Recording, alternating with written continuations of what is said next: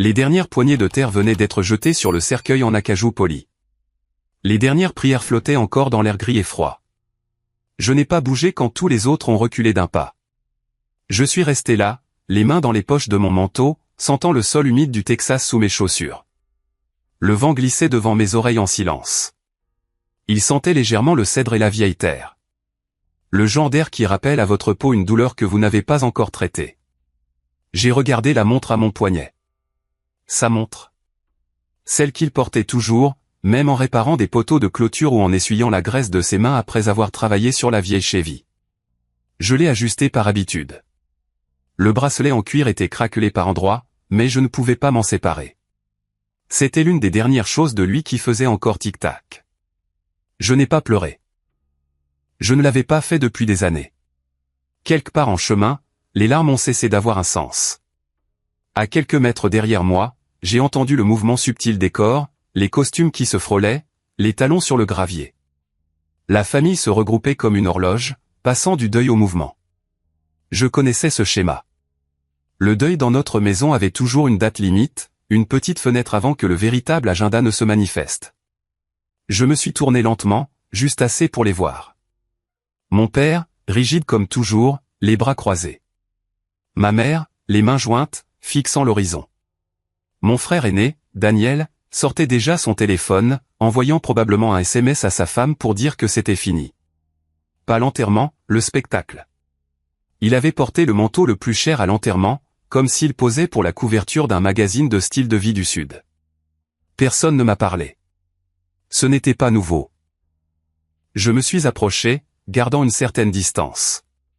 Ce n'est pas que je voulais me joindre à eux. Je ne voulais juste pas être laissé pour compte à nouveau. Puis, comme quelqu'un appuyant sur un interrupteur, la voix de mon père a coupé le calme. Tu n'auras rien. Les 48 millions vont à ton frère. Il a dit ça comme s'il commentait la météo, comme si j'avais demandé et qu'il était juste honnête. Il n'y avait aucune colère dans sa voix, même pas de déception, juste une finalité. Le genre de phrase avec laquelle on ne discute pas parce qu'elle n'a jamais été ouverte à la discussion en premier lieu. Pendant une seconde, je n'étais pas sûr de l'avoir bien entendu, mais l'oppression dans ma poitrine disait le contraire. Mon audition s'est estompée comme si j'avais plongé sous l'eau, le vent, les chaussures qui traînaient, les murmures étouffés, tout avait disparu. Je n'ai rien dit. Qu'y avait-il à dire? Ce n'était pas une question d'argent. Dieu sait que je n'avais jamais compté sur cet héritage. Ce qui piquait, c'était la facilité de la chose. La façon dont il m'a dépouillé de toute place dans cette famille avec une seule phrase devant les cousins, les vieux amis, même le pasteur, comme si je n'avais jamais appartenu à ce groupe pour commencer. J'ai aperçu la réaction de tante Linda, les yeux écarquillés, puis se détournant rapidement. L'oncle Ray a serré la mâchoire mais n'a rien dit. C'était le truc avec ma famille. Ils étaient passés maîtres dans l'art de prétendre que les choses étaient normales. Mais je ne cherchais pas leur sympathie. Je me suis tourné vers ma mère.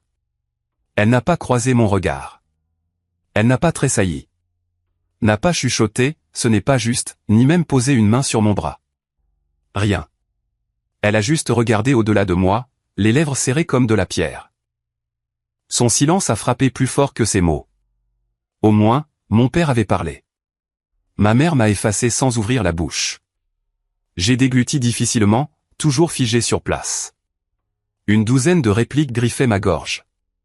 Une vie entière à être celui qu'ils oubliaient. Celui qui est resté pour aider grand-père quand il est tombé malade. Celui qui a réparé les marches du Porsche, payé les impôts fonciers quand personne d'autre ne le faisait.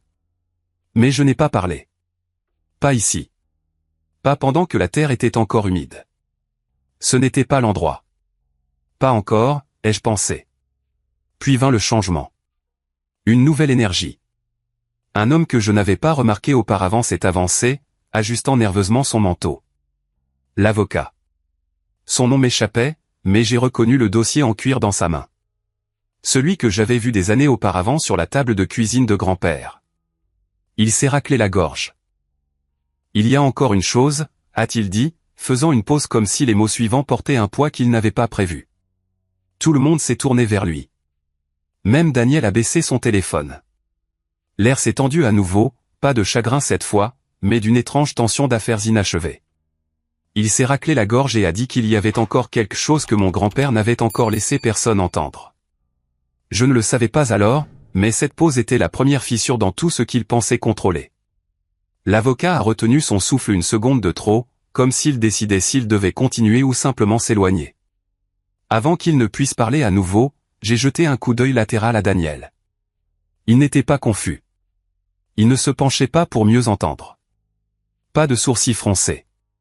Pas de regard en coin vers papa ou maman. Juste immobile, calme, comme quelqu'un qui regarde un film qu'il a déjà vu. Ce n'était pas un choc que je ressentais à ce moment-là. C'était de la reconnaissance. Ce n'était pas une nouvelle pour lui. Et maintenant que je le voyais, je ne pouvais plus l'ignorer. La façon dont sa main ne tressaillait pas, tenant toujours ce téléphone, la façon dont sa posture ne changeait pas, tout était trop stable, trop propre. J'avais vu Daniel s'effondrer pour moins que ça. Il savait déjà. Et ça avait été répété. Je n'ai rien dit. Mes pensées ont commencé à tourner en rond, cherchant des indices que j'aurais pu manquer. Il devait y avoir des signes. Il y a 3 semaines, à l'anniversaire de maman, Daniel a fait une blague désinvolte sur le fait que certaines personnes n'ont pas besoin d'argent pour se sentir importantes. Je me souviens l'avoir ignoré, pensant que c'était juste sa pique habituelle, mais maintenant je pouvais entendre le tranchant dans sa voix, le poids. Il ne plaisantait pas. Il se préparait. J'ai scanné plus loin en arrière. La fois où papa a appelé Daniel la colonne vertébrale de cette famille à Thanksgiving, alors que c'était moi qui restais avec grand-père pendant la chimio, qui le conduisait à chaque rendez-vous des vétérans, qui remplissait les papiers quand il ne se souvenait plus comment faire. Tout cela était lentement en train d'être repeint. Maintenant, debout au bord de la tombe, l'avocat n'avait toujours pas bougé. Puis, mon père a fait un pas en avant. Il n'a pas élevé la voix. Il ne s'est pas raclé la gorge. Il ne m'a même pas regardé. Ce n'était pas soudain, a-t-il dit platement, les yeux sur la terre. Votre grand-père a fait son choix avec le temps. Daniel était celui qui a gardé le cap. Celui qui a compris ce dont la famille avait besoin. Ma mâchoire s'est serrée. Je n'ai pas interrompu. Je l'ai juste laissé continuer parce que quelque chose dans son ton me disait qu'il était sur le point de tout réécrire. C'est lui qui a aidé à construire cet héritage, a-t-il ajouté. Il comprenait la responsabilité, la discipline, ce qu'il faut pour maintenir les choses ensemble quand les autres partent à la dérive. Je savais que c'était dirigé contre moi. Et ce n'était pas seulement un mensonge. C'était une performance pour les gens qui se tenaient à proximité. Pour les cousins, la belle famille et les vieux amis d'église qui en savaient juste assez pour hocher la tête, mais jamais assez pour questionner. Je n'étais pas seulement évincé. J'étais effacé du montage. Papa a continué. Il a dit que Daniel était toujours celui qui se présentait quand cela comptait. J'ai failli rire. Se présenter. Je vivais à 5 kilomètres de grand-père. Daniel prenait l'avion pour Noël et postait des selfies. Quand grand-père ne pouvait pas lasser ses propres chaussures, j'étais là. Quand il avait peur au milieu de la nuit, c'était moi qui conduisais pour venir. Personne n'a vu ces nuits-là. Personne ne le voulait. Et maintenant, on me qualifiait de quelqu'un qui aidait. C'est ce que mon père a dit. Il aidait ici et là. Aidait. Les mots piquaient plus fort que n'importe quelle malédiction. J'ai senti quelque chose se retourner dans mon estomac, comme si j'avais avalé une pierre. J'ai gardé mon visage neutre, même si mon pouls battait dans mes oreilles. Parce que ça, c'est comme ça que les familles vous effacent. Pas d'un seul coup, mais avec 1000 petites phrases. Avec le mot, juste, et la phrase, rien de personnel, avec des sourires froids et des haussements d'épaules polis. J'ai regardé Daniel à nouveau. Cette fois, ses yeux ont croisé les miens seulement une seconde. Puis il a détourné le regard. Il n'a pas essayé de me défendre. Il n'a pas dit « ce n'est pas vrai » ou « tu as aidé plus que moi ». Il n'a même pas feint l'inquiétude. Et ce silence, son silence, confirmait tout. J'ai expiré lentement, me stabilisant. Je pouvais sentir la chaleur monter dans ma poitrine, derrière mes yeux, mais je ne l'ai pas laissé paraître. Pas maintenant. Parce que si je parlais, je serais la mère, le fauteur de troubles, le fils ingrat. Non. Si je parle maintenant, je perds, ai-je pensé. Si j'observe plus longtemps, j'apprends. Alors je suis resté immobile, le menton levé, et je les ai regardés réécrire le passé. Ce qui m'a frappé le plus fort n'était pas l'argent. C'était qu'ils avaient planifié cela. Pas seulement la décision, mais le déploiement, l'optique, la narration. Ils l'avaient conçu pour faire de Daniel le héros et moi, la note de bas de page. Et j'ai réalisé que ce n'était pas du tout une question d'argent. Il s'agissait de quelque chose de plus profond. C'est à ce moment-là que j'ai compris que ce n'était pas une question d'argent. Il s'agissait de réécrire qui comptait. Et une fois que j'ai vu ce qu'ils effaçaient, je ne pouvais m'empêcher de penser aux années dont ils prétendaient qu'elles n'avaient jamais existé. J'ai fermé la portière de la voiture doucement, le son résonnant creux contre le bourdonnement décroissant des gens qui partaient. Le cimetière derrière moi était calme maintenant, juste quelques voitures tournant au ralenti au loin, leurs phares commençant à clignoter contre le crépuscule. Je me suis assis un moment sans toucher au contact. Pas de musique, pas de téléphone, juste moi et le genre de silence qui ne vous oppresse pas. Il vous laisse respirer. Je ne pleurais pas. Je n'étais même pas en colère. Pas encore. Je réfléchissais, laissant le poids s'installer, triant ce qui venait de se passer et tout ce que cela essayait d'enterrer. Mes mains reposaient sur le volant. Je fixais devant moi, rien en particulier, laissant juste mes pensées dériver comme elles n'avaient pas eu le droit de le faire. Là-bas, quand on parlait par-dessus moi, qu'on me poussait de côté, qu'on me faisait disparaître. C'est commencé à revenir par vagues. Les petits détails simples des années que personne ne mentionnait. Comme la façon dont je gardais les médicaments de grand-père organisés. Des boîtes de 7 jours alignées sur le comptoir. Pilule du matin, pilule du soir, les notes adhésives avec des rappels manuscrits, ou le dossier que je portais à chaque rendez-vous coincé sous mon bras comme un employé aux archives en pilote automatique. Ces journaux de pression artérielle, les notes pour le neurologue, les mises à jour des réclamations aux anciens combattants. Personne ne m'a demandé de le faire. C'est ce que les gens ne comprennent jamais. Je ne l'ai pas fait parce que je le devais. Je l'ai fait parce qu'il comptait pour moi. Parce qu'il avait été celui qui venait à mes matchs de baseball, qui me disait la vérité quand je gaffais, qui me tendait un tournevis et disait « Répare-le toi-même ou tu n'apprendras jamais ». Et quand il a commencé à glisser, oubliant des noms, des dates, des mots simples, je ne l'ai pas fui. Je me suis penché vers lui. Daniel ne l'a pas fait. Mes parents ne l'ont pas fait. Ils visitaient, bien sûr, pour les vacances, pour les anniversaires, mais seulement quand c'était pratique, seulement quand ils pouvaient être vus. Je me souviens d'un Noël, peut-être il y a 4 ans, Daniel a amené sa petite amie, est resté 2 heures, puis est parti tôt pour rencontrer des amis en ville. Grand-père a demandé de ses nouvelles le reste de la soirée. Je n'ai pas eu le cœur d'expliquer. J'ai juste inventé une excuse sur la circulation. Puis il y a eu Thanksgiving, celui où papa a porté un toast à la famille et a regardé Daniel dans les yeux comme s'il était celui qui maintenait tout ensemble. J'étais assis 2 sièges plus loin, mon bras encore douloureux d'avoir soulevé grand-père dans la baignoire ce matin-là. Mais je n'ai rien dit parce que c'est ce qu'on m'avait appris. Ne rends pas les choses inconfortables. Ne t'attarde pas, sois juste là tranquillement, stable. C'était mon travail, non? Et pendant longtemps, j'ai cru que quelqu'un faisait attention.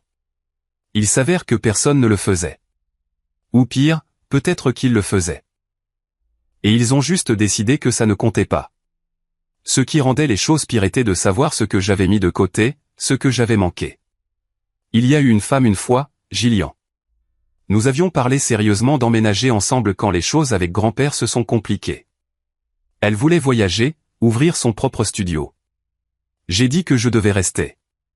Elle a dit qu'elle comprenait, mais la compréhension ne va pas très loin quand votre vie semble être en pause et que celle de quelqu'un d'autre avance sans vous. J'ai laissé cela partir tranquillement. J'ai refusé un travail à Seattle. Un bon. Cela aurait pu changer les choses pour moi. Mais je ne pouvais pas le laisser seul. Pas avec des inconnus. Il ne m'aurait pas demandé de rester. Ce n'était pas qui il était. Mais il n'avait pas besoin de le faire. C'était ça l'amour, non? Calme, coûteux, le genre sur lequel personne n'écrit de discours. Et maintenant, debout là à côté de sa tombe, ils agissaient comme si rien de tout cela n'était jamais arrivé. J'ai appuyé ma tête contre le siège. Le ciel virait au gris profond. Le genre de couleur qui vous fait vous demander si le jour a vraiment commencé. Puis un autre souvenir s'est glissé. Un auquel je n'avais pas pensé jusqu'à maintenant. C'était il y a quelques mois. Mon père m'a appelé dans son bureau. Rien de formel, juste, viens ici une minute. Il était assis derrière son bureau, les lunettes basses sur le nez, ce bloc-notes juridique devant lui comme toujours. Il y avait un document sur la table. Juste une formalité, a-t-il dit en le faisant glisser vers moi. Ça aide à éclaircir certaines choses de la succession. Je me souviens de la façon dont il l'a dit. Trop décontracté, comme s'il avait répété la phrase. Je l'ai ramassé. Langage juridique, beaucoup. J'ai demandé ce que ça signifiait. Il a agité la main. Des trucs standards. Procuration. Des charges de base. Mais quelque chose en moi s'est arrêté. Je l'ai lu lentement, j'ai posé plus de questions, et quand les réponses sont devenues plus vagues, j'ai posé le papier. J'aurai besoin de temps, ai-je dit. Il n'a pas insisté, n'a pas souri non plus. Nous n'en avons plus jamais parlé. Mais maintenant, assis ici dans la voiture qui s'assombrissait, je me demandais. Est-ce à ce moment-là que ça a commencé? Est-ce à ce moment-là que j'ai cessé d'être utile? Peut-être qu'il s'attendait à ce que je signe sans regarder. Peut-être que j'étais censé jouer le jeu comme toujours. Et en ne faisant pas ça, en hésitant simplement, je suis devenu un problème. Je continuais à penser à ce document, à ce qu'il contenait vraiment, à ce qu'il signifiait, et pourquoi, pour la première fois de ma vie, je n'avais pas simplement suivi ce qu'il disait. C'était une petite chose, mais c'était peut-être suffisant. Je ne le savais pas alors, mais refuser de signer ce papier a été le moment où ils ont cessé de faire semblant que j'appartenais à la famille. Après ce jour, chaque conversation donnait l'impression de se dérouler derrière une porte verrouillée. 2 jours s'étaient écoulés depuis l'enterrement. La pluie n'est jamais venue, mais l'air était resté lourd, comme si quelque chose était toujours sur le point de tomber. Je me suis garé dans l'allée de la maison où j'ai grandi, bien qu'elle ne semblait plus être la mienne. Elle était toujours impeccable, toujours symétrique, toujours calme de cette façon qui semblait autrefois sûre. Maintenant, c'était comme entrer dans la vie de quelqu'un d'autre avec une clé que vous n'étiez pas censé avoir encore. Je suis revenu chercher quelques cartons personnels que j'avais laissés après avoir séjourné ici ces derniers mois. L'arrangement avait toujours été temporaire, bien que personne n'ait jamais dit pour combien de temps. À l'intérieur, l'éclairage était doux et délibéré, comme toujours. Les meubles n'avaient pas bougé. Les photos sur le mur étaient toujours parfaitement alignées, mais la maison ne semblait plus ouverte. Quelque chose en elle avait changé. Des portes étaient fermées qui étaient habituellement ouvertes. La cuisine, autrefois remplie de bruit de vaisselle et d'opinions non sollicitées, était maintenant un coin tranquille de civilité mise en scène. J'ai croisé ma mère dans le couloir. Elle a fait un bref signe de tête. Pas d'étreinte, pas de mots, juste un signe de tête, comme un voisin que vous connaissiez autrefois mais que vous ne pouviez pas tout à fait situer. Je suis monté à l'étage, évitant les marches qui grinçaient. Ma vieille chambre était toujours intacte, cependant. C'était peut-être le changement le plus révélateur. Comme s'il voulait la préserver juste assez pour dire qu'il s'en souciait, mais pas assez pour que ce soit réel. Au bout du couloir, la voix de Daniel filtrait à travers la fente d'une porte. Je ne pouvais pas entendre ce qu'il disait, juste le son de la confiance. Des rires, puis le silence quand mon pas atterrit trop près. Les conversations s'arrêtaient quand j'entrais dans les pièces maintenant. Les yeux fuyaient. Les voix s'adoucissaient. Je ne demandais plus. Je ne m'imposais pas. J'observais juste. Il y a un étrange réconfort à savoir enfin où l'on se situe. Je me suis dirigé vers le bureau. Personne d'autre n'était en bas. Mon père était sorti rencontrer un client. Il n'a jamais pris sa retraite. Pas vraiment. Ma mère pliait probablement des serviettes qu'elle n'avait pas besoin de plier. Le bureau avait l'air exactement le même. Bureau en noyer, vieux globe dans le coin, lampe en laiton avec un abat-jour en verre vert. L'odeur de papier et de cuir usé persistait encore comme si la pièce avait sa propre atmosphère privée. Je suis entré doucement et j'ai laissé la porte se refermer derrière moi. Cette pièce avait autrefois donné une impression de pouvoir. Maintenant, elle donnait une impression de strate. Je suis resté derrière le bureau un moment. Mes doigts ont tracé le bord où j'avais l'habitude de laisser des notes adhésives quand j'étais enfant, prétendant que j'avais ma propre entreprise. Mon père avait gardé la même disposition pendant des années. Dossier à gauche, un porte-stylo en argent en plein centre, poignée de tiroirs polis par l'usage. L'un de ces tiroirs ne s'ouvrait pas. J'ai tiré doucement, puis plus fermement. Verrouillé. Cela m'a arrêté net. Ce tiroir n'avait jamais été verrouillé auparavant. Pas dans toutes les années où j'avais récupéré des dossiers, déposé des enveloppes, regardé mon père rédiger les chèques de bonus de Noël avec le même stylo noir. Je l'ai fixé pendant un long moment, ma main reposant toujours sur la poignée. Il aurait fallu 5 secondes pour trouver un tournevis plat. J'aurais pu l'ouvrir sans que personne ne le sache, mais je ne l'ai pas fait. J'ai reculé parce que maintenant je n'avais pas besoin du tiroir pour me dire que quelque chose m'était caché. Je le savais déjà. Ce dont j'avais besoin maintenant n'était pas du drame. C'était la vérité. Une vérité calme, solide, indéniable. J'ai jeté un dernier coup d'œil et me suis tourné pour partir. Juste au moment où j'atteignais la poignée de porte, mon téléphone a vibré dans ma poche. Numéro inconnu. J'ai hésité une seconde, puis j'ai répondu. M. Davis, a dit une voix, mesurée, douce, coupée à la fin, comme quelqu'un habitué à gérer des conversations difficiles. Oui, c'est Stephen Callaway. Je m'occupe de la succession de votre grand-père. J'avais déjà entendu le nom, une fois brièvement. Il n'était pas du cabinet que mon père utilisait. Cela semblait soudainement important. J'espérais parler avec vous en privé, a-t-il continué. Avez-vous un moment? Je suis retourné dans le bureau, fermant à nouveau la porte. Maintenant, oui. Il y a eu une pause plus longue que nécessaire. Je voulais demander, a-t-il dit prudemment. Avez-vous vu des documents présentés par votre famille ces dernières semaines? Quelque chose présenté comme lié à la succession? Mes yeux ont dérivé vers le tiroir verrouillé. Non, ai-je dit, rien que j'ai signé en tout cas. Une autre pause, le genre que vous pouviez sentir dans votre poitrine. Je vois. Je comprends. Sa voix est devenue encore plus prudente. J'aimerais organiser une réunion en personne le plus tôt possible. De quoi s'agit-il? Ai-je demandé. Je pense qu'il est préférable que nous parlions directement. Cette réponse me disait tout et rien à la fois. Il a donné une heure et un lieu. Au centre-ville près du palais de justice. Je l'ai griffonné au dos d'un reçu encore dans mon portefeuille. Mes mains restaient stables, mais à l'intérieur je pouvais sentir quelque chose se mettre en place. Ce n'était pas juste une question de qui obtenait quoi. Il s'agissait de quelque chose qui avait déjà été décidé, caché, et qui commençait maintenant à faire surface. Quand il a raccroché, j'ai compris que la vraie conversation était sur le point de commencer. Je suis sorti de cette maison en sachant que le silence ne protégeait plus personne. Le lendemain matin, le ciel au-dessus de Dallas était d'un gris terne. Il ne menaçait pas de pleuvoir. Il semblait juste avoir renoncé à décider. Je suis arrivé au bureau de l'avocat 10 minutes en avance. Pas parce que j'étais anxieux. Je voulais juste être ancré avant qu'il n'entre.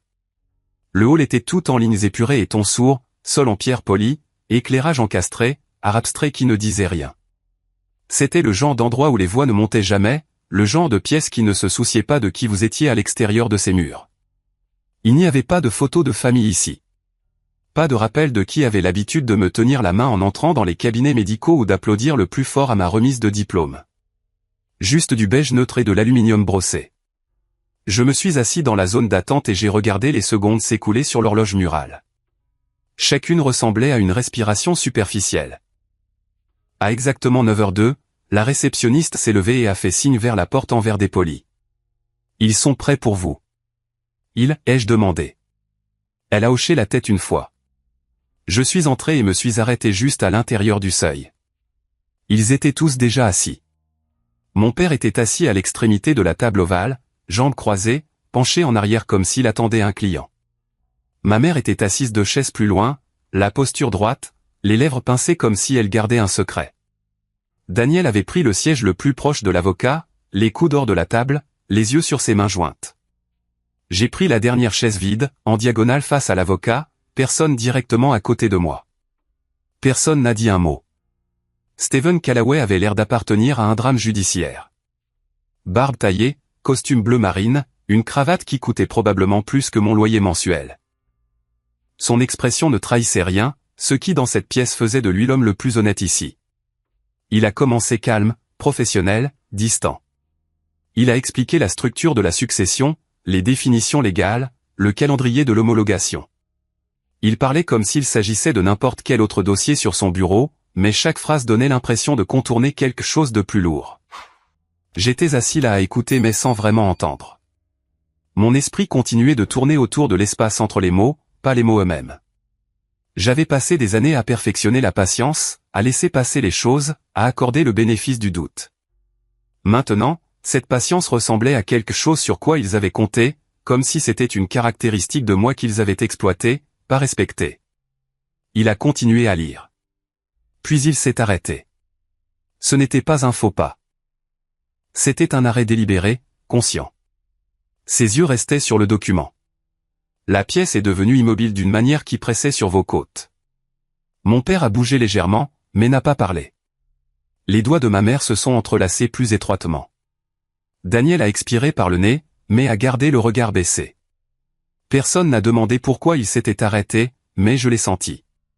Que c'était le moment vers lequel nous tournions. Pas le testament, pas les parts, pas la maison. Ça. J'ai fixé l'avocat, essayant de ne pas cligner des yeux. Le silence s'est étiré, puis est devenu plus fin. Ma poitrine s'est serrée, pas de peur, mais de reconnaissance. Ce n'était pas de l'hésitation. C'était de la mise en scène. Quelqu'un savait ce qui venait ensuite. Je les ai regardés à nouveau, un par un. Ils n'étaient pas confus. Ils n'attendaient pas comme moi. Ils se préparaient. J'ai failli demander ce qu'ils ne disaient pas. Je ne l'ai pas fait parce que parler maintenant changerait l'équilibre. Je savais mieux. On n'interrompt pas une tempête dont on n'a pas encore vu la forme. Au lieu de cela, je me suis penché lentement en arrière dans ma chaise et j'ai gardé mon visage neutre. Il a levé les yeux du dossier, ajusté le bord du papier, puis l'a fermé à moitié. Il y a-t-il dit, une question supplémentaire qui doit être abordée. Il n'avait pas encore dit ce que c'était, mais tout le monde avait soudain l'air de déjà savoir. Ce fut le moment où j'ai réalisé que la patience s'était transformée en test. L'air dans la pièce a changé sans que personne ne bouge. Ce n'était pas plus fort ou plus sombre. Il s'est juste resserré comme une ceinture tirée d'un cran de trop. Stephen Callaway s'est redressé dans sa chaise et a ajusté le dossier devant lui, non pas d'une manière nerveuse, mais avec intention. Sa voix, quand il a parlé à nouveau, portait un poids différent. Il y a un addendum associé au testament, a-t-il dit. Plus lentement maintenant, prudent. Il n'est pas de nature financière. Mon père s'est penché en avant immédiatement. Nous avons déjà passé en revue tous les documents pertinents, a-t-il dit, son ton coupé. Répétez. Il n'y a pas besoin de compliquer les choses. Ce mot est resté suspendu là. Compliqué. Stephen n'a pas répondu tout de suite. Il a joint ses mains, puis les a dépliées comme s'il choisissait la bonne version de la vérité. L'addendum, a-t-il continué, est une déclaration enregistrée faite par votre père avant son décès. Une vidéo. Je n'ai pas réagi. Pas extérieurement. À l'intérieur, quelque chose s'est installé. Pas de soulagement, pas de victoire, juste une certitude. Le genre que vous ressentez quand une pièce de puzzle s'enclenche et que vous réalisez qu'elle n'a jamais été perdue. Elle était cachée. Les yeux de Daniel restaient fixés sur la table. Il n'a pas demandé ce que l'enregistrement contenait. Il n'avait pas l'air surpris. Cela m'en disait plus que n'importe quel déni aurait pu le faire. Ma mère n'a pas bougé du tout. Mon père a secoué la tête une fois. Cet enregistrement n'est pas pertinent, a-t-il dit. Il a été fait pendant une période difficile. Mon père n'allait pas bien. Il allait assez bien pour planifier sa succession, a répondu Stephen uniformément. Cela ne veut pas dire qu'il pensait clairement, a répliqué mon père. Nous en avons discuté. La vidéo n'a jamais été censée être jouée. Stephen a fini. Silence à nouveau, plus épais cette fois. Je pouvais entendre ma propre respiration. Je me suis concentré pour la garder stable. Ce n'était pas le moment pour l'émotion. C'était le moment pour la mémoire. Stephen a ouvert le dossier à nouveau, retirant cette fois une seule feuille et la plaçant sur le dessus. Pour mémoire, a-t-il dit, la vidéo était programmée pour être incluse dans la lecture originale. La mâchoire de mon père s'est serrée, mais Stephen a continué. Vous avez explicitement demandé de retarder sa divulgation. Ça a atterri. J'ai levé les yeux alors droit vers mon père. Ses yeux n'ont pas rencontré les miens. Pas cette fois. Instruit par qui, a demandé Steven à haute voix, bien que son regard n'ait jamais quitté mon père. Je ne sais pas ce que vous pensez impliquer, a dit mon père. Nous essayons d'éviter une détresse inutile. J'ai failli sourire à cela. Presque. Steven n'a pas élevé la voix. Il n'en avait pas besoin. L'enregistrement a été presque entièrement retiré du dossier, a-t-il dit. Il n'a été préservé que parce qu'une copie existait en dehors du dossier principal. Mon estomac s'est serré, mais mes pensées se sont aiguisées. Ce n'était pas une question d'argent. Ça ne l'avait jamais été. Il s'agissait de contrôle, de façonner la fin après que l'histoire a déjà été écrite. J'ai compris alors pourquoi ce tiroir était verrouillé, pourquoi les appels téléphoniques s'arrêtaient quand j'entrais dans les pièces, pourquoi le papier qu'il voulait que je signe avait été présenté si nonchalamment. Il ne s'attendait pas à de la résistance. Il s'attendait à de la conformité. Steven m'a regardé. Vous n'avez pas entendu l'enregistrement. Non, ai-je dit. Ma voix semblait stable même à mes propres oreilles. Il a hoché la tête une fois. Avant de procéder, quelqu'un s'oppose-t-il à son inclusion? Mon père a ouvert la bouche. J'ai parlé le premier. S'il existe, ai-je dit, gardant mon ton égal, il doit être entendu. C'était tout. Pas d'accusation, pas de leçon d'histoire, juste une limite. Steven n'a pas hésité après cela. En tant qu'exécuteur testamentaire, c'est mon obligation de présenter tous les matériaux que le défunt a jugés pertinents, a-t-il dit. Nous allons procéder. Mon père s'est penché en arrière dans sa chaise, croisant les bras, une posture défensive que j'avais déjà vue. Daniel a bougé sur son siège. Les mains de ma mère se sont serrées sur ses genoux. Steven s'est levé et a légèrement tamisé la lumière. L'écran au fond de la pièce s'est allumé avec un doux bourdonnement. Personne n'a parlé. Personne n'a bougé. Je me sentais calme, clair, près d'une manière que je n'avais pas été depuis l'enterrement. Certaines vérités survivent parce que quelqu'un a essayé de les effacer. L'écran a clignoté, et pour la première fois depuis l'enterrement, mon père a eu l'air effrayé. J'ai reconnu ce regard immédiatement. C'était la peur d'être vu. Mon père était assis figé dans sa chaise, les muscles de sa mâchoire tressaillant alors que l'écran prenait pleinement vie. La pièce était silencieuse à l'exception du doux bourdonnement du haut-parleur. L'image s'est affinée lentement, et il était là, mon grand-père, assis dans le fauteuil en cuir marron de son bureau, pas affalé ou désorienté, droit, présent, le regard clair d'une manière qui faisait tomber à plat toute affirmation antérieure sur son état déclinant. La vidéo a commencé sans son, juste quelques secondes d'immobilité, le genre qui vous permet de regarder quelqu'un dans les yeux assez longtemps pour sentir le poids de son silence. Il a ajusté ses lunettes, a entrelacé ses doigts et a regardé directement dans la caméra en nous. Puis sa voix est passée. Si vous regardez ceci, a-t-il dit, stable et calme, alors je ne suis plus capable de parler pour moi-même. Et connaissant certains d'entre vous, c'est exactement le moment que vous préféreriez. Personne n'a bougé. Il a continué, j'enregistre ceci parce que je soupçonne qu'il y aura une version de la vérité présentée qui omet trop de choses, et je veux que ce soit enregistré. Mes mots, pas les leurs. Ma mère a fermé les yeux, non pas comme si elle se préparait à l'impact, mais plutôt comme si elle était fatiguée de prétendre qu'elle ne l'avait pas vu venir. La colonne vertébrale de Daniel s'est redressée visiblement. Son visage est devenu vide comme il le faisait quand il était sur le point de mentir à l'école et ne voulait pas être pris dans les détails. Mon grand-père a poursuivi, d'abord, permettez-moi d'être clair. J'étais sain d'esprit lorsque j'ai fait cet enregistrement. Le docteur Keller l'a confirmé ce matin-là. J'ai demandé l'examen moi-même. Il a tenu un morceau de papier plié, a pointé la date et l'a placé sur la table d'appoint. Cela seul suffisait à saper toute tentative de discréditer ce qui suivait. Puis il a dit mon nom. Michael. Pas mon petit-fils. Pas le garçon. Mon nom. Je sais qu'ils ne le disent pas souvent, mais je le dis maintenant. Je n'ai pas bougé, non pas parce que je ne ressentais rien. Au contraire, je ressentais tout. Ma gorge s'est serrée, mais je suis resté immobile. La dignité compte plus que la réaction dans des moments comme ça. Je me souviens des matins où tu venais tôt pour t'assurer que j'avais pris mes médicaments, a-t-il dit. Les après-midi où tu sautais le travail pour m'emmener au rendez-vous. Tu ne m'as jamais fait sentir comme un fardeau. Pas une seule fois. Tu es resté quand les autres sont partis. Il n'a pas mentionné de nom. Il n'en avait pas besoin.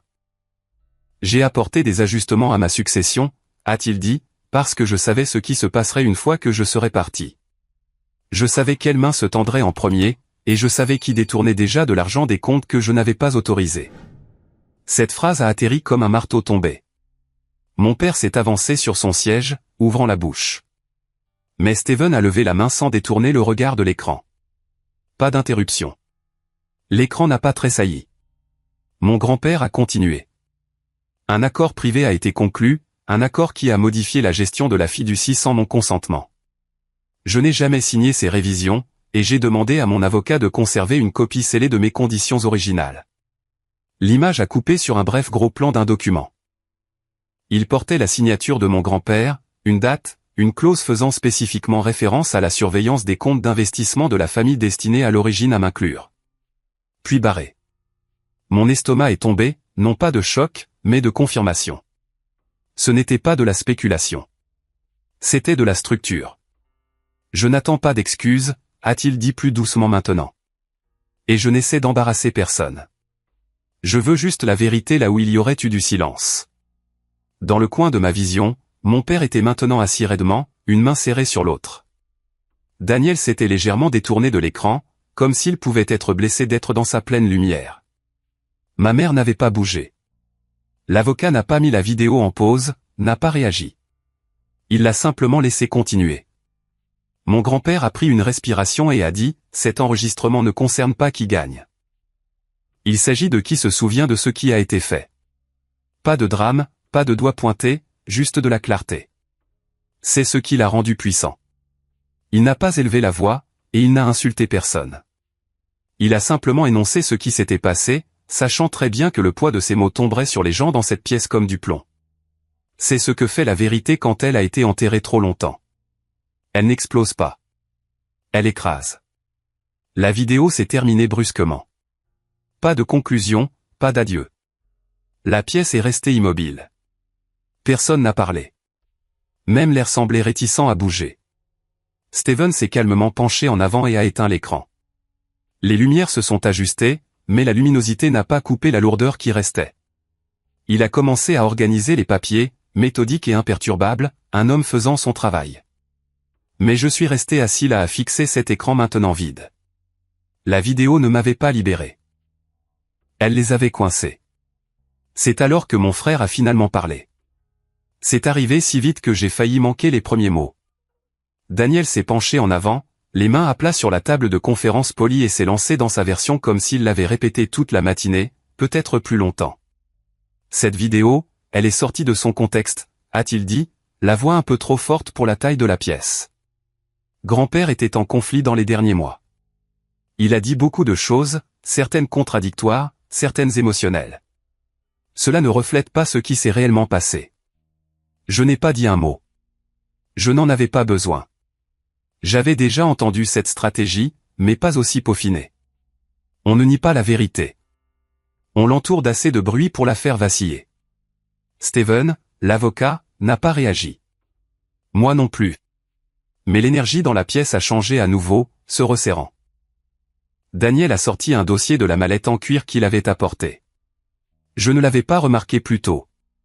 Il l'a fait glisser sur la table, pas vers moi, mais vers Steven. Il y a de la documentation, a-t-il dit rapidement. Des accords, de la correspondance par email, la preuve que Michael a été compensé de manière informelle pour son temps avec papa. Il connaissait les conditions. Il a pris du recul volontairement. Nous avons tous fait ce que nous pensions être le mieux. Mon père a hoché la tête, les bras croisés. Cela n'a jamais été caché. Il a choisi sa voie. Le reste d'entre nous a porté la charge. J'ai regardé ma mère. Son visage était illisible. Elle n'a pas tressailli. Elle n'a pas parlé. Les yeux de Daniel ont rencontré les miens. Allez, Mike. Tu m'as dit toi-même que tu ne voulais pas être lié à ce gâchis familial. Tu essayais de construire ta propre vie. C'est pourquoi nous avons fait les ajustements. Il essayait de le dire gentiment, mais il y avait de l'acier en dessous et un choix de mots très délibéré. Nous. J'ai su alors que ce n'était pas de l'improvisation. C'était un plan de secours. Un plan conçu pour s'activer si jamais la vérité passait à travers. Et elle venait de le faire. Mon pouls est resté égal, à peine, parce que si j'élevais la voix, si je montrais même une lueur d'indignation, je jouerais dans leur narration, l'étranger en colère, l'émotionnel, le maillon faible. Je ne pouvais pas leur donner ça, alors je n'ai pas bougé. Steven a parcouru les documents que Daniel avait fournis. Les pages étaient propres, numérotées, agrafées, préparées. Cela n'avait pas d'importance. J'ai attendu. J'ai compté jusqu'à 3 dans ma tête. Puis je me suis penché légèrement en avant et j'ai demandé avec un calme délibéré, Y a-t-il eu des amendements notariés déposés après le 18 mars? Spécifiquement en ce qui concerne la surveillance principale de la fiducie. Steven s'est arrêté en plein milieu d'une page. Cette pause, c'était la fissure. Il a levé les yeux.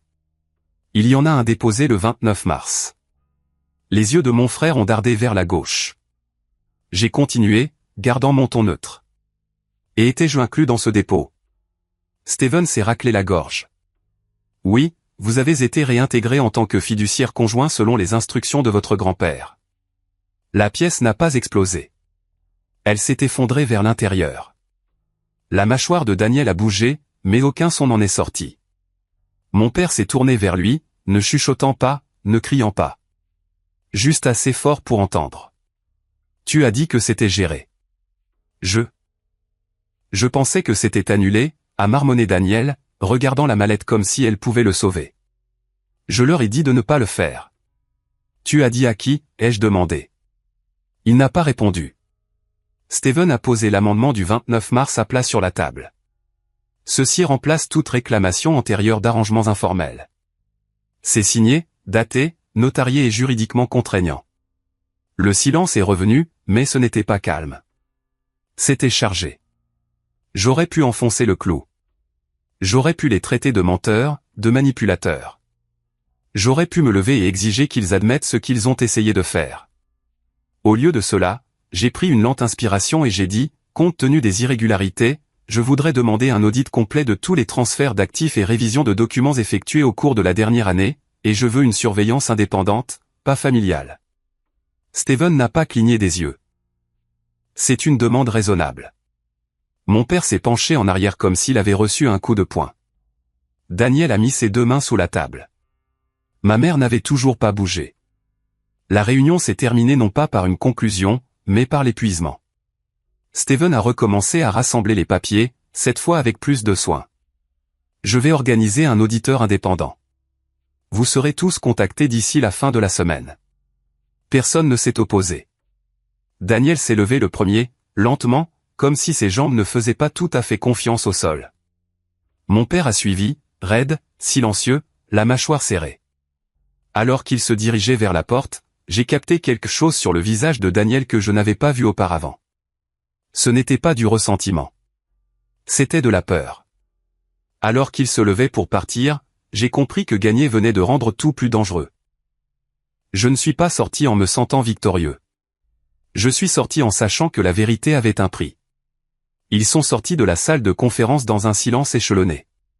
Mon père d'abord, encore raide sous le poids d'une histoire qu'il ne pouvait pas contrôler. Mon frère traînant derrière, ne disant pas un mot, les yeux flous. Ma mère s'est attardée comme si elle voulait dire quelque chose, mais avait oublié comment. Je n'ai pas attendu qu'elle trouve les mots. J'ai juste hoché la tête une fois, me suis levé et suis parti. Les semaines ont passé tranquillement. Il n'y a pas eu d'appel téléphonique dramatique, pas de lettres implorant la réconciliation, pas d'excuses attendues depuis longtemps griffonnées à minuit. Au lieu de cela, le silence est revenu. Mais cette fois, ce n'était pas le genre qui protégeait les secrets. C'était le son qui venait après qu'une tempête a ravagé le paysage, quand les gens commencent à prétendre qu'ils n'étaient pas ceux qui tenaient l'allumette. Tout passait par les avocats maintenant. Chaque mise à jour, chaque inventaire d'actifs, chaque ligne de la distribution de la succession. C'était impersonnel, factuel et sec. Et c'était peut-être un cadeau. Après tant d'années de gymnastique émotionnelle, ce genre de clarté ressemblait à de la miséricorde. J'ai appris l'allocation finale par email. Daniel conserverait une partie de la succession, certaines propriétés, une fiducie qui lui avait été destinée à l'origine et qui n'avait pas été touchée pendant le conflit. Mais plusieurs actifs clés, en particulier ceux liés à l'entreprise familiale d'origine, ont été placés sous une nouvelle surveillance. Pas à moi, pas directement. Ils ont été placés dans une fiducie gérée avec des auditeurs rotatifs. Je n'ai pas tout eu, mais j'ai eu ce qui comptait. Je n'ai pas demandé vengeance. J'ai demandé que les choses soient mises au clair, et elles l'ont été. Pas d'une manière qui les humiliait, juste d'une manière qui empêchait que cela se reproduise. C'est à cela que ressemble souvent la justice. De petites corrections silencieuses pour lesquelles personne n'applaudit. Ma mère m'a appelé une fois, juste une fois. Le téléphone s'est allumé un soir alors que je faisais la vaisselle. Je l'ai laissé sonner 3 fois avant de répondre. Elle a demandé comment j'allais. J'ai dit que j'allais bien. Elle n'a pas dit que je lui manquais. Je n'ai pas demandé pourquoi. Elle est restée silencieuse dans cette pièce. Il y a eu une pause entre nous, longue et familière. Puis elle a dit, « Ton grand-père t'aimait. » « Tu le sais, n'est-ce pas ?»« Je le sais maintenant », ai-je répondu. C'était tout. Elle n'a pas rappelé. Des semaines plus tard, je suis retourné à la maison de mon grand-père. Elle avait été vidée à ce moment-là, en grande partie. Les meubles étaient couverts. Les étagères étaient nues. L'odeur de son tabac à pipe s'était finalement estompée, mais le fauteuil était toujours là. Ce même vieux fauteuil en bois près de la fenêtre, celui dont il prétendait toujours qu'il avait juste la bonne inclinaison. La lumière du matin traversait la vitre exactement comme elle l'avait fait tant de fois auparavant, tombant sur le tapis délavé en une ligne calme et délibérée. Je me suis assis. Le coussin s'est légèrement affaissé sous moi comme s'il se souvenait. Je n'ai pas pensé à la salle d'audience, ni aux disputes, ni à l'héritage. J'ai pensé à la façon dont il fredonnait dans sa barbe quand il lisait le journal du dimanche. J'ai pensé à la façon dont il s'arrêtait au milieu d'une phrase quand il entendait le chant d'un oiseau, comme s'il voulait laisser le monde parler à sa place. J'ai pensé aux conversations que nous n'avions jamais eues et à celles que nous avions eues. Celles qui ont tout changé, même si elles semblaient petites à l'époque, il m'a donné plus qu'un nom sur un document. Il m'a donné de la clarté. Il m'a donné un moyen de sortir de l'ombre que je traînais derrière moi depuis des années. J'avais l'habitude de penser que j'avais besoin que ma famille me reconnaisse pour me sentir entier. Mais assis dans ce fauteuil dans la maison qu'il remplissait autrefois de décence et de silence qui signifiait sécurité, pas manipulation, j'ai réalisé autre chose. Je n'avais plus besoin de leur approbation. Ce dont j'avais besoin, ils me l'avaient déjà donné. La vérité. Sa vérité. Ma vérité. Certaines blessures restent ouvertes. Elles arrêtent de saigner, mais elles ne se ferment jamais tout à fait. C'est bon. La douleur n'est pas l'ennemi. Le mensonge selon lequel elle était méritée l'est. C'est ce qui garde les gens piégés. Je définis la famille différemment maintenant. La famille, ce n'est pas juste le sang. Ce n'est pas de la paperasse. Ce ne sont pas des maisons partagées ou des noms de famille. Ce sont les gens qui vous voient clairement et choisissent quand même de ne pas détourner le regard. Cette liste est plus petite que je ne le voudrais, mais elle est réelle. Si vous avez écouté cette histoire, peut-être en reconnaissez-vous des morceaux dans votre propre vie. Peut-être avez-vous été debout dans une pièce où personne ne disait la vérité et vous vous êtes demandé si c'était vous qui n'étiez pas à votre place. Peut-être avez-vous senti qu'avoir raison ne ressemblait pas à gagner. Et peut-être, juste peut-être, avez-vous appris que le silence n'est pas toujours de la gentillesse. Cette histoire ne portait pas sur la vengeance. Il ne s'agissait pas de rendre l'appareil. Il s'agissait d'entrer dans la lumière avec votre nom intact, même quand d'autres préféreraient que vous restiez dans l'obscurité. Je n'ai pas hérité d'une fortune, mais j'ai hérité de mon nom.